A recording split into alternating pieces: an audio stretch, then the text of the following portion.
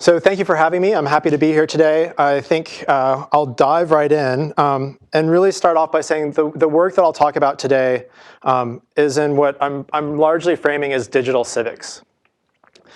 Right, and when I talk about digital civics, there's really two things that I'm interested in here, and it's the intersection between what's happening around smart cities and the ways in which data and instrumentation are starting to change how we think about the way cities operate and the kinds of information we can glean about the infrastructures that we have, whether those infrastructures are physical, like the power grid or the transportation system, or whether those infrastructures are kind of softer and about the people and the residents that live in a city.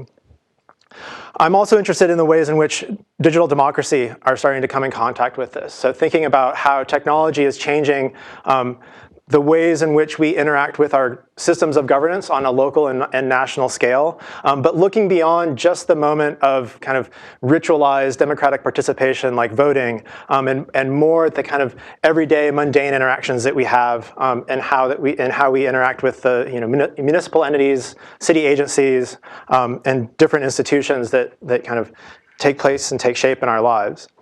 Across both of these, I think the thing that's important, or the thing that's shared, is this idea of data.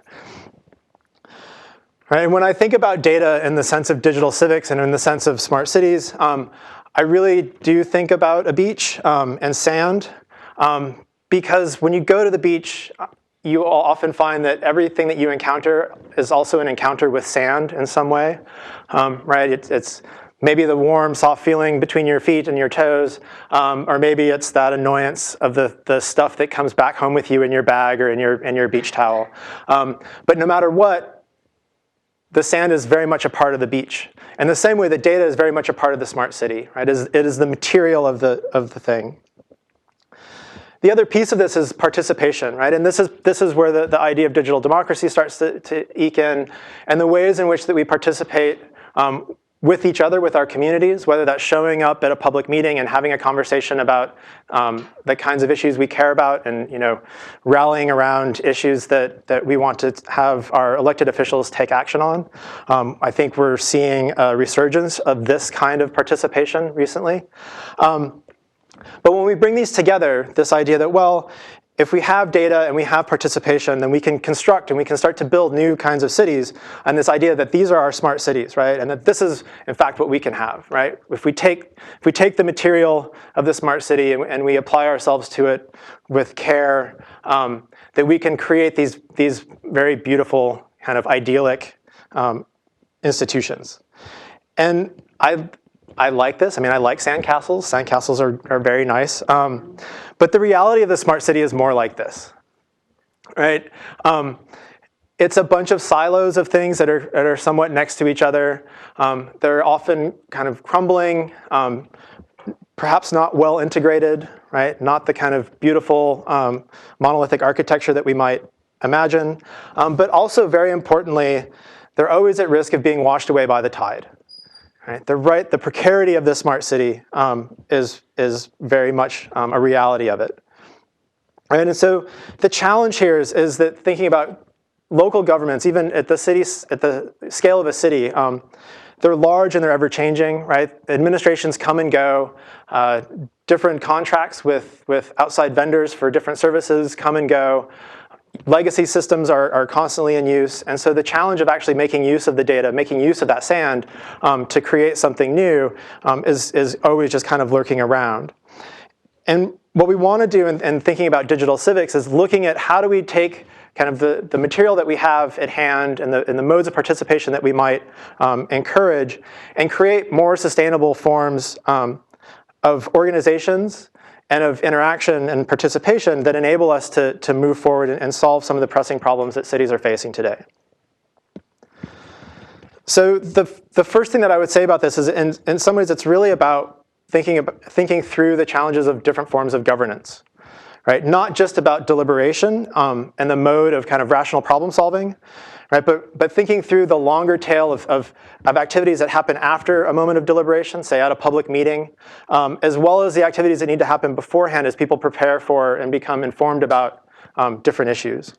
And one of the challenges within HCI and with the kinds of work that I think typically happens is that there's a history of really looking at this moment of deliberative action, right? There's a legacy of systems that look at how do we take computational systems and other artifacts and help people deliberate and understand an issue, understand the consequences of decisions, and work across different kinds of community boundaries to really work through a problem and come to a solution. But that's a really small and in many ways privileged mode, right? And it's also very much tied to the kinds of professional practices of public administration, right? Where the challenges of, say, fixing or dealing with a transportation problem are put into technical terms, where it's about understanding traffic flows and road widths, and how do you operationalize and optimize within that space. The other part of what governance relies on, right, is really fundamentally participation, right? And how do people come together, and when do they come together to actually be in the room and work through the problem? Right? And certainly participation is necessary within this mode of governance, right? And it's something that I talk about in other work when I work through the kind of theoretical perspective of publics and the ways that people participate together to identify a shared issue and then work through different design processes to address and respond to that issue. But it's through this mode of participation then that we can say, well, when people come together in public meetings, they're identifying kind of the common good that they want to work for, and then they're working collectively to try to achieve that. But again, just as governance requires participation, participation requires engagement. Right? And engagement is really about how do you motivate people, right? What is that either incentive system, or what is the issue that gets people out of bed to say, okay, something's up here that I need to address? And if we look at kind of the HCI literature on systems that help with and work within kind of the digital democracy space, they're very much focused on the kinds of deliberative mode of working. But if we look at literature and community engagement, what they start to point out is that, in fact, engagement really only happens when a group of people are identifying and responding to an injustice, right? And that it's that moment of almost of friction that becomes the cause for getting engaged. Right? And this then becomes a tension, and I think an interesting point of where we might start to rethink both the metaphors and the interfaces for the kinds of interfaces we would build around digital civics. Right? So at the end of governance is where we have the kind of public administrator. Right? And this is the person who's been trained within a specific domain. They have very particular professional practices. Often those practices are around both framing a problem in a rational and technical way so that it's something that they know when there's a solution to it. But then also when it comes time to work with communities and have the kind of public participation activities, these are built around avoiding or at least tamping down conflict. Right? So the public meeting is, I think, a great example where people come together and can be very animated. But when it becomes very contentious, that meeting breaks down very quickly and it gets shut down, right? And we have plenty of examples from this past week of how conflict has been avoided in these kinds of public spaces. This mode of conflict avoidance is, in fact, is part of their job, right? This is how they do the thing that they're doing. They need to solve a problem. They need some public input.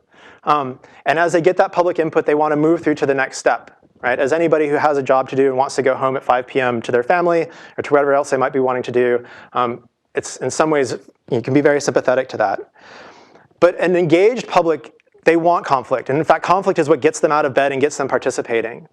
And so what scholars in community engagement have really started to talk about is that, well, this idea of deliberation and this idea of persuasion, which is another kind of key piece in the way that some of us think about these technologies, that those are actually kind of contra to this idea of supporting engagement. That what you don't want persuasion, because an audience that is persuaded is an audience that is disengaged. Right? It's being okay with the status quo in some sense. So then how do we think about different modes of community engagement and different systems that we might build that take as an input or take as a kind of way of being in the world this notion of conflict and confronting injustice, but then move it through so that action is then again legible to the professional side where you're working with people who are either elected or employed in local governments. So this is really the work that I'm doing now, and I'll talk a lot more specifically as I get into some recent work that I've been doing with the city of Atlanta. But really to say that community engagement is really fundamental if we want to think about digital civics and we want to think about the smart city as a place where people and technology are participating to create kind of a new urban environment. Right? And that it's not just about persuading people to use or to produce data or to change their behaviors within kind of regimes of sustainability and environmentalism, but really to say, okay, how do we identify issues and help people organize themselves around those issues to take action and do so in a way that isn't just about deliberation. So in October of last year, we launched with the city of Atlanta, the Atlanta Community Engagement Playbook. This was a product of over 18 months of work within the city of Atlanta to rethink and rework at a city scale what community engagement meant, both across multiple departments within kind of the municipal infrastructure of Atlanta, but also looking at the community organizations, neighborhood associations, and how they kind of come together, right? And thinking about this mode, what are the different intersections of community engagement across the city? What precipitated this was the construction of the new Falcon Stadium. It's much further along now today than this picture that I have for you. The current one is the one at the top. So the new stadium is next to the old stadium. The old stadium is on top of a prior stadium. So since the 1970s, there have been 3 stadia built in this community. And what's happened is that the neighborhood that the stadiums are sited in is a historically important, traditionally black community within Atlanta that is also very much economically and physically distressed. So very low rates of owner occupancy, lots of vacant housing, and many of the kind of common and understandable social ills that follow poverty and distress no matter where you are. The other thing that I think doesn't get captured by this picture is that where the stadium is sited is on top of 2 former African-American churches in Atlanta, one of which was the first African-American Baptist church in the city. So it's not just about being sited in neighborhoods that are distressed and also facing gentrification, but that it was also displacing kind of very important cultural institutions within those communities. So as this project was kind of coming to the fore in 2014, when it really became clear that it was going to happen and it was going to happen here, the community and the city started to work through this idea of how do we actually, return some benefit to the community. And as with many of these large kind of projects, there's something called a community benefits agreement that gets negotiated. Right, and typically these are the kinds of agreements that say that things like windfall employment will be returned to the community. Some portion of the local residents will be hired in construction jobs or in vending jobs following the opening, that there'll be job placement and training programs, that there might be some other kinds of built environment changes so that the construction would have specific requirements around traffic mitigation or improved infrastructure for water and sewage. And this process really broke down in the city of Atlanta. And it broke down for lots of reasons, but I think the result of that was that decades of kind of erosion of neighborhood trust and kind of faith within local government meant that on both sides there was no mode to come together, right? And injustice was seen everywhere, and so there was confrontation, right? And with that confrontation meant that there was no mode to come to this moment of deliberation that would have enabled the kind of outcome of a shared or at least mutually agreed to agreement. Benefits plan, sorry. Just a detail thing. Mm-hmm. Did the neighborhood or the community have any legal rights here in the sense of, was it just like eminent domain being like, you're going to put the stadium here, or did they actually have any sort of bargaining power? So the bargaining power they had was through the churches. So they didn't use, this was the first time, I think, ever in Atlanta's history that they didn't use eminent domain to take the land. In the prior stadia, they did. The challenge was, even though the challenge was the churches that were there institutionally that the city purchased the land from were actually serving diaspora for people who used to live in the community but were coming back on Sundays. And it wasn't actually, they weren't actually serving the communities directly, but there was still this very strong cultural identity to it. And so, this becomes the complicated history of kind of race and development in Atlanta, where the institutions that kind of exist in some of the urban core areas don't necessarily serve the immediate neighborhood because the shifting demographics and the shifting populations kind of over the previous decades. So they did not have a lot of power there. Their ability to stop or forestall this process was very limited, and the fracturing within the community organizations or across the community organizations about trying to identify what in fact that shared goal was a challenge, which is partly why we started with this process.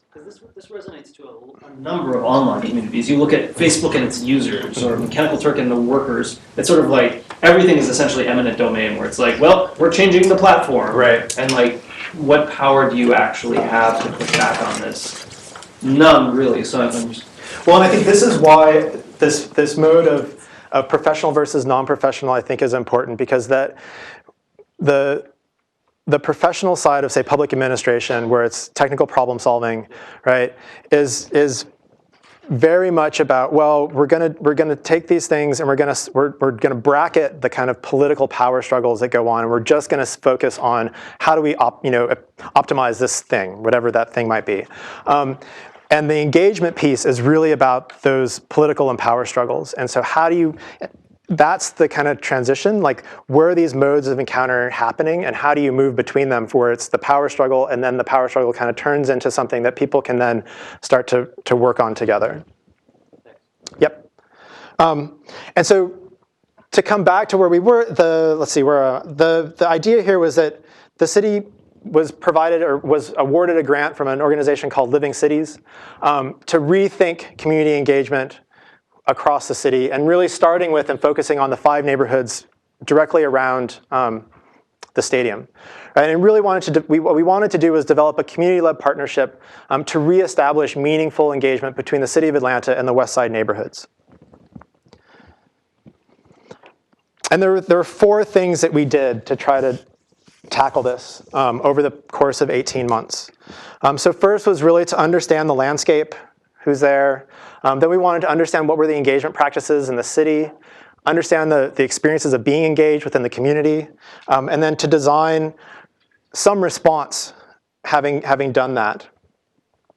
And so in understanding the landscape, really it was a period of about 6 months of going around to community meetings, getting shouted out of a few community meetings, and talking to people about what's happening, right? So I think there was an inclination at the beginning of the project to go out and do an oral history style intervention to say, let's collect stories from the neighborhood to understand their history and to preserve it.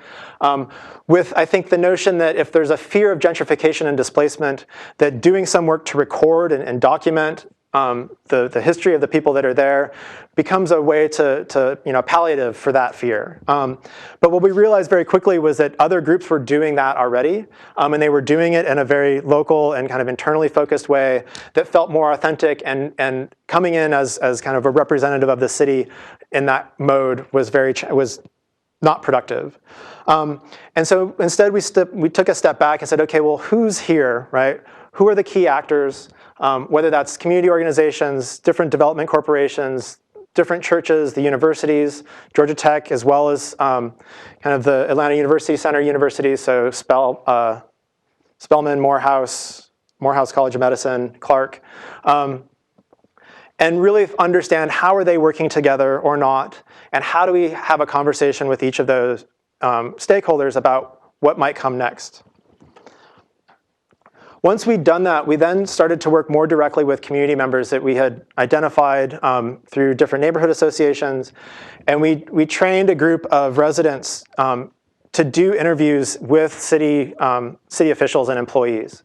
And so over the next, I guess it was about 3 months, we had 4 community residents, as well as a couple of my graduate students, go out and interview close to 50 employees of the city of Atlanta. So from watershed management to parks and recreation to public safety, through some of the development organizations. So really looking at what are the practices of community engagement? So when watershed management says they do community engagement, what does that mean for them on a day-to-day basis?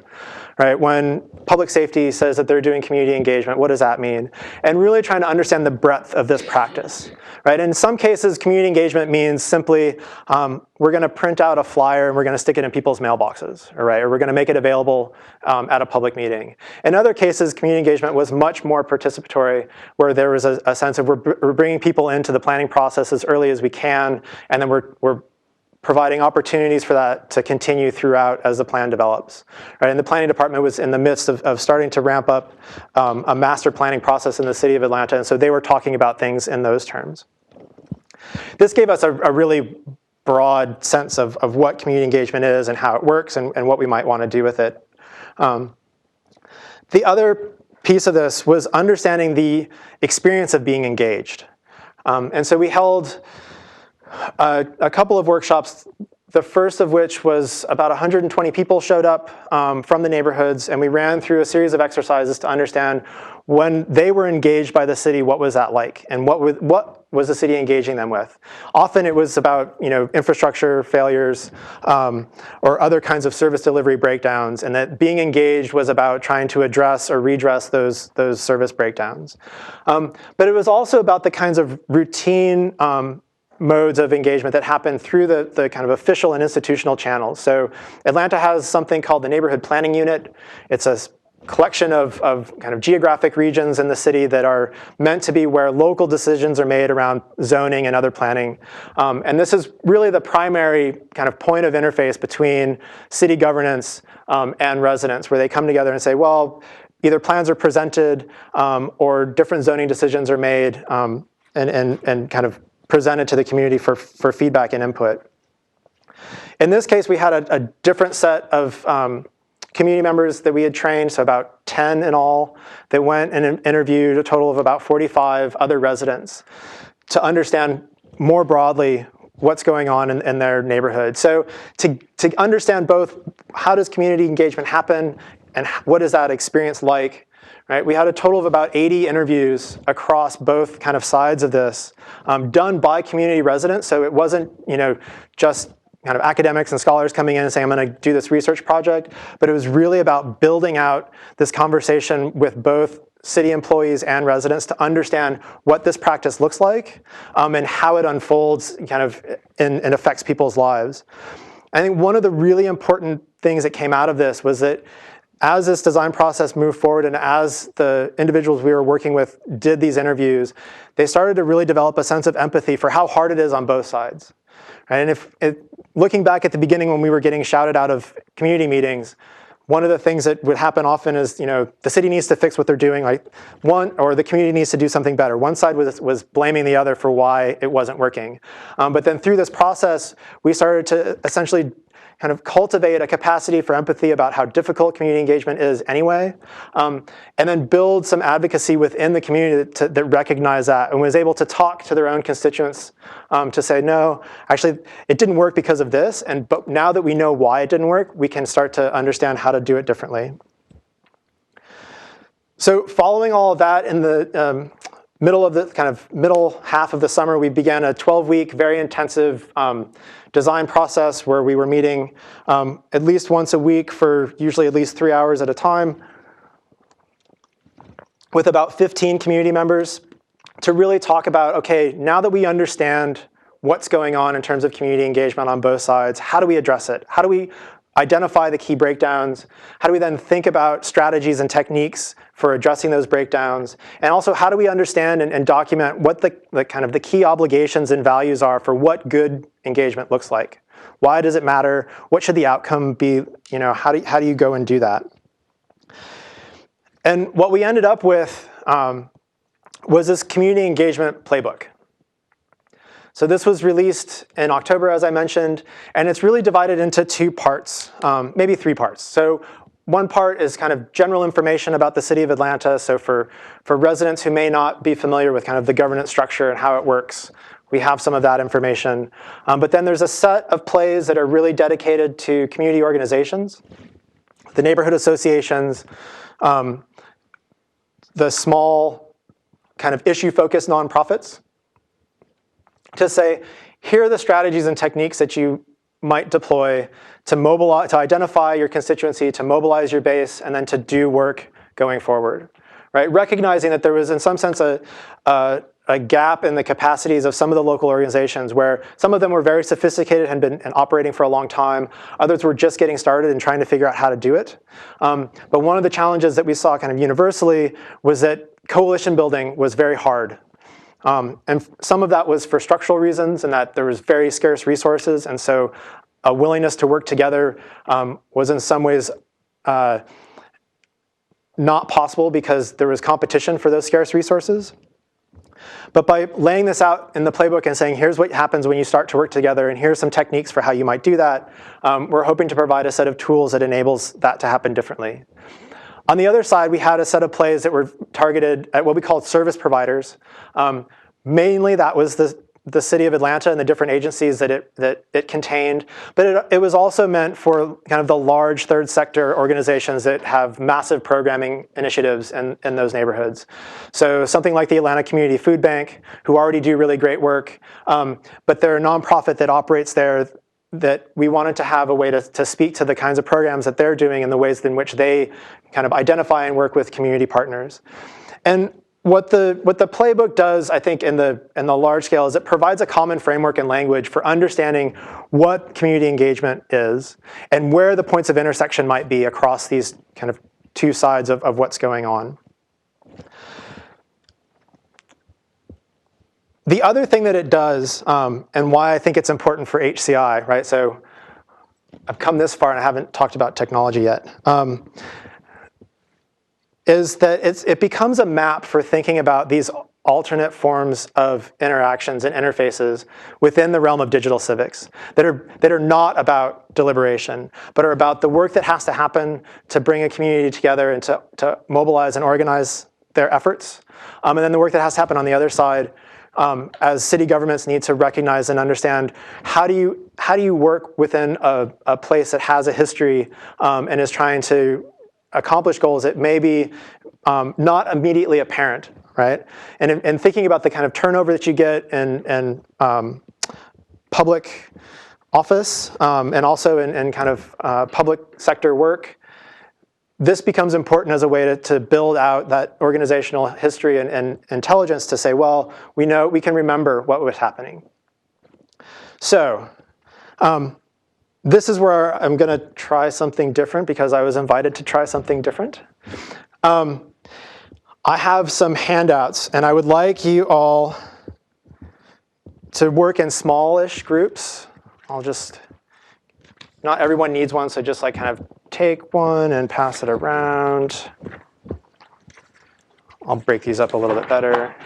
I want to make sure I get to the other side. I don't know. Whichever size clustering you might find appealing. And so what I would like to do is to start to really think through, all right, I've done this very clumsily. Make sure some circulate back as well, please. So not everyone needs one. Actually, no more than one per every 5 people, let's say. What I'd like to do is to start thinking through what are the different metaphors that we might imagine when we talk about digital civic systems. Right, so I'll put this up here as well so you can see it. So there are 3 columns of things on each handout. Not every handout is the same. There's a column of apps or services, many of them familiar. There's a column of issues. I was trying to draw on things that were not necessarily specific to Atlanta, but I think generally applicable. And then there's a column that is a selection of the kind of categories of plays that I'm pulling out of the playbook with a small description. And I would like to take, 10 minutes or so for you all to brainstorm around how do you respond to the sentence at the bottom, right? So that let's do this, right? That the Instagram of diversity enables us to co-create goals with community members. Right? By creating narrative-based civic interactions where different people and groups can tell their stories and develop empathy and co-learning. And so I admit I've had more time to think about this, so that's fine. what I want you to focus on is within those apps or services, it's not about the application of that app kind of as it is, but what are the key kind of modes of interaction or the key kind of system attributes that system or app enables, right? So with Instagram, it's about sharing images, right? We could also think about Bitcoin. It's not necessarily about economic exchange, but maybe the blockchain is actually, that's the concept that matters most here, right? And so kind of taking apart the app or service and thinking of it more as a metaphor rather than as a tool with a specific shape. And so if we take 10 minutes, I will happily walk around and work with talk through this with some of you, and then at the end of that, we'll do a kind of a quick report back.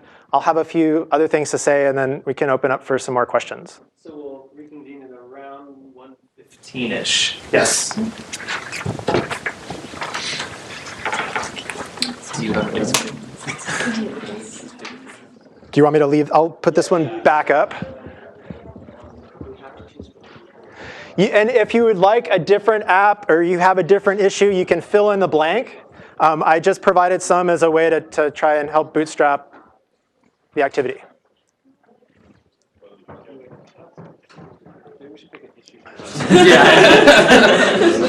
A public transport.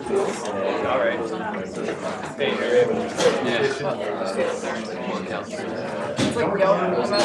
Dropbox and public transport.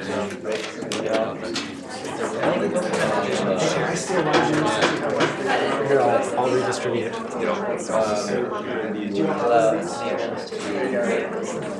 Evaluate violations of civil rights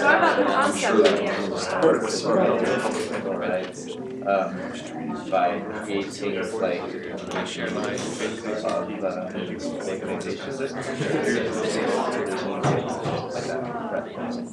Something interesting with Bitcoin. Yeah,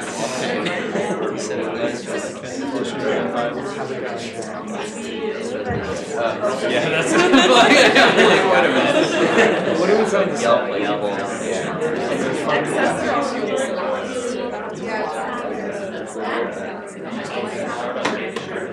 Accessible. Wow, you came up with that really fast. Right? I think accessible is a big issue. Like California City is all small.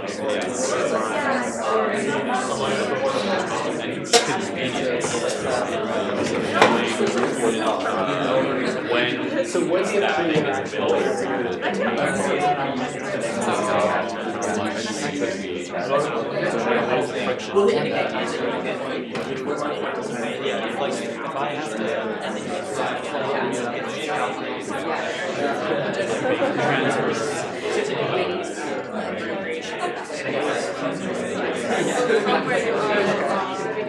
So that's direct control, direct input in some way. All right. Yeah, I mean, in Seattle, for example, we had like one bus away. They found to be huge for getting people to actually use it to use it, is that you just knew when the bus was coming, which is a big problem in the Bay Area. I'm sure there's a schedule, but the buses like come and go whenever, kind of. Do you like use it as a basis, like where people share like a location there's like totally It's not about people presenting things Oh, yeah. History of the community. It's a way of describing was a thing that was physical process and kind of the story the about internet is itself. sort of by nature everything.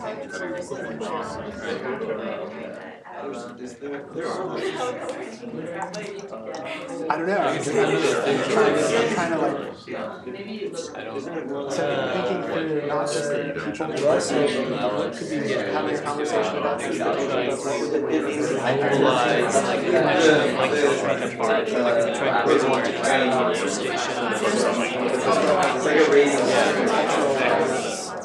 Well, I guess, I mean, because he was framing it in terms of like conflict, right? So the fact that like outrage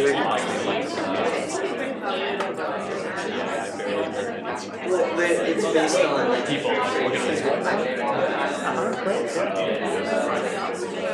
organized. Yeah, I guess so. That's true, yeah. taking it into neighborhoods you might not have. I only found view to Palo Alto, stop off, like There's some crowdsourcing the kind of schedules and also the layout of how public like based on just not there. I don't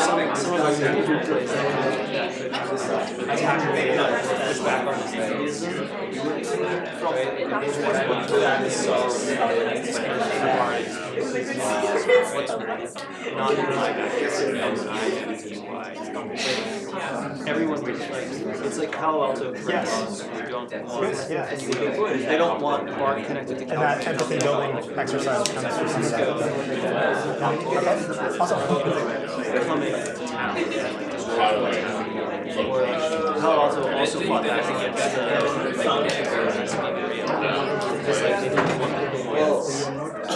How's it going?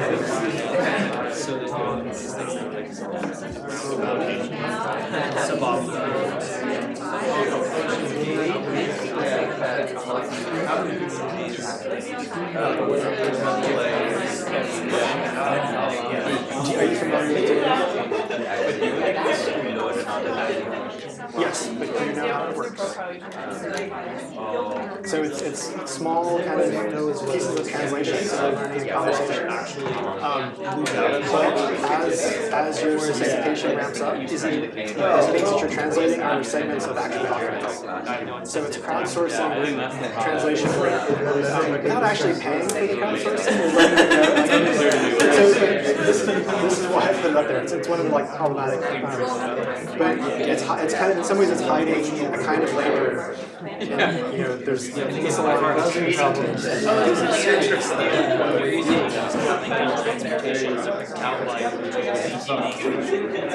Kind of, but that was at least That's voluntary. This is involuntary. Like you don't know that that's what you're doing necessarily. It makes sense. Yes, and it's gone on to work. It's exactly built like that. Oh yeah.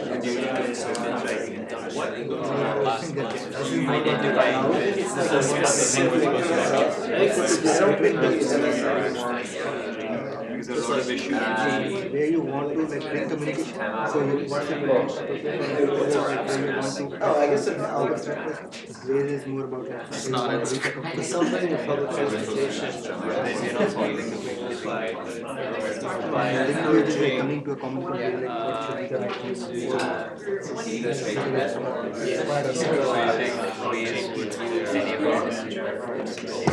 right coming to a common number of what is right. You can imagine ways for living wage is almost like a completely dynamic market where some floor function is being set by current economics. What's that? Finding out the information. What is that? But imagine if your hourly rate was as contingent as your commute home via Waze, where it routes you around. Depending on different economic conditions, maybe something's happening in your neighborhood. So I don't know. It should be, not perfect matches, but ways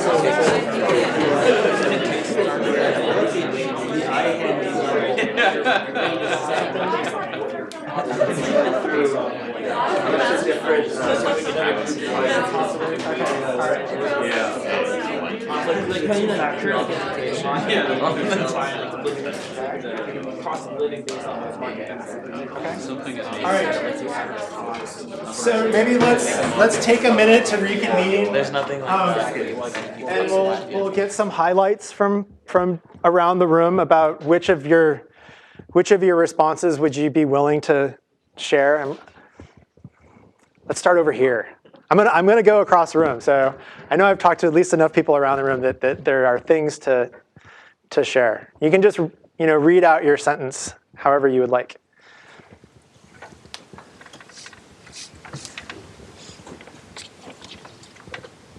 I'm a professor. I can stand and look at you for The Instagram of affordable housing enables us to know our community by exposing people to hidden features and activities in new neighborhoods. Okay, right, around narrative and how that narrative reflects communities, not just about kind of the amenities. Yeah, great. Yes, please. The WhatsApp of immigration enables us to narrate together by creating a platform for members to share their story and create a sense of shared experience and community. Yes, another narrative one, but thinking about, I think, brings forward this idea of empathy and how do we think about building empathy through the systems, right? Not just solving the problem of immigration. Yeah, over here. The base of living wage enables us to collect data by creating a common platform where they can share and talk information about that. Mm-hmm. Okay. Yeah, imagine, yes, I like this idea of a living wage that's contingent kind of algorithmically based on current conditions. So you might be making more or less money depending on what's going on.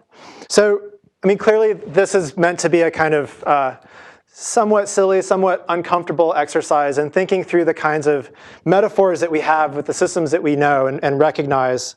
But then what does that look like as we turn and move towards other kinds of outcomes, right? So none of these systems were really designed for the kinds of civic outcomes and the kinds of goals that might be described here. But just as I think work in HCI, say, has tended towards thinking about deliberation, because deliberation is done in forums and it's done in the kinds of systems that we know how to build in some way. And so trying to take what we know how to build and apply it in a civic mode becomes a natural reflex. If we take the kinds of systems that we know how to build, like these kinds of apps and these kinds of crowdsourcing or distributed platforms, and very carefully think about why these metaphors matter and how do we change the way that we apply those different metaphors. So I think the implications for some of this, when we think about different kinds of civic technology, is really focusing in on what are the encounters of civics? How do people come to it? Is it through the public meeting or not? Is it through voting or not? Is it through the community association meeting? Is it the way, is it sitting on the porch with your neighbors and talking at the end of the day? Right? And also looking at the professional side within municipal agencies and across them. Right? So are the practices that happen, say, in the planning department compatible with or at least aware of the practices that are happening in public safety? And how do those go in conversation with each other? The other is thinking about the products that come out of this kind of work and the kinds of systems that we would build. What are these interfaces? Right? I think at lunch we were talking about how these kind of large distributed systems and these social computing platforms, it's hard to talk about them in a way that breaks them apart because they get black boxed in a way that the interaction piece is actually hidden away. But that's where the meat of what makes the system magic is. And so how do we start to unpack that and think about it as an infrastructure for engagement, right? Not just a mode of decision making, but really of being able to provide affordances for people who are confronting an injustice, however they might perceive it, to be able to take action on it. And then finally thinking about the kinds of social and technical capacities that we might build within communities and within cities, right? Is it about the kind of social capital of a neighborhood being able to marshal the people and the assets that it has within to take action? Or is it about a set of institutional capabilities within a department of city government that needs to be able to go out and do the work kind of outside their office and the kind of cubicle farm that they might be living in? And then also, I think about individual and collective modes, right? Is it about that person who shows up and yells in the microphone for the thing they want? Or is it about that person who goes out and organizes their neighbors and their community members to get together to do something at the scale that's bigger than an individual? And so these are the things that I'm thinking about, and these are the kinds of challenges that I'm working through, very specifically in the context of Atlanta and the Community Engagement Playbook, moving beyond kind of neighborhood scale interaction work and thinking at the city scale, but looking at opportunities where we can change the metaphors and change the modes of doing civics that are not just about these modes of kind of privileged voting or public meeting. So I think I'll close there and invite any more questions or comments. I'm happy to talk through this more. Thank you.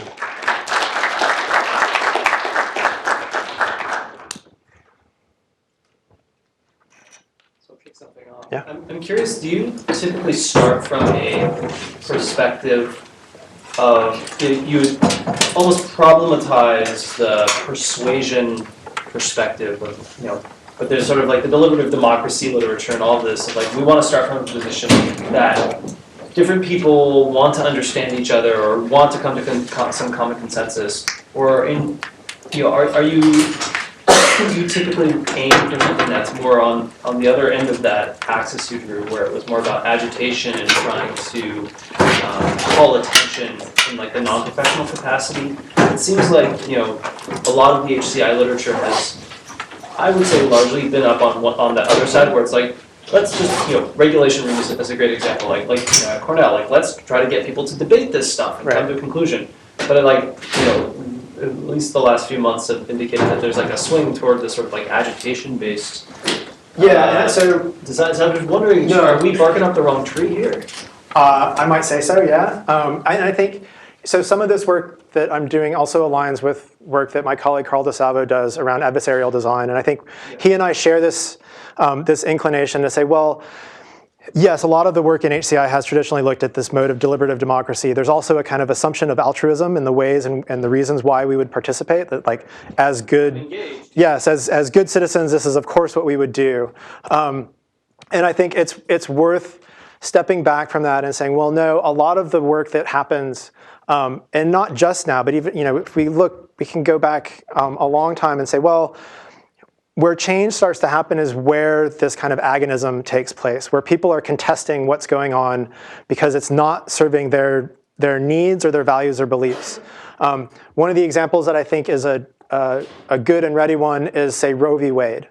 Right? So when that was initially passed by the Supreme Court, I think the community of people that were kind of pro-choice said, yeah, the Supreme Court ruled, we're done.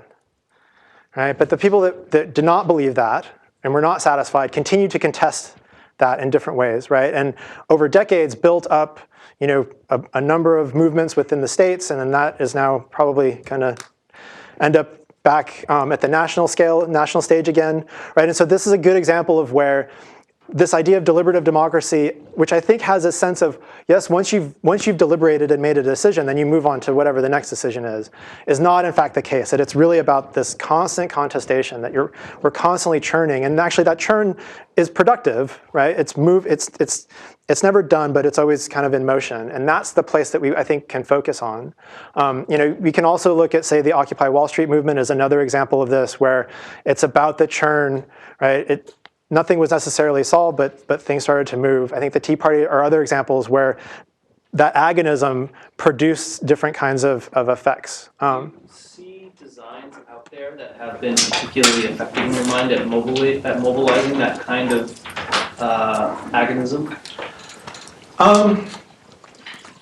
Like, I don't know. Yeah, no, I think that's the hard part. So my PhD student, Mariam Assad, is working on some of this, and I think one of the challenges is that there aren't necessarily great systems that do it. Systems might get appropriated in different ways to do some of this work. So we can look at the way Occupy Wall Street used technology, particularly in the way that network of people was mobilized in response to Hurricane Sandy or Superstorm Sandy.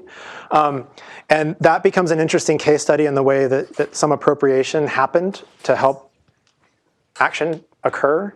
But I think one of the arguments that Mariam makes very, very well is that there aren't kind of clearly purpose-built responses that look within this space. It's always been about this kind of moment of appropriation. And so to take seriously this mode of kind of agonistic contention means that we're looking for different metaphors for how we think about digital civics and democratic participation.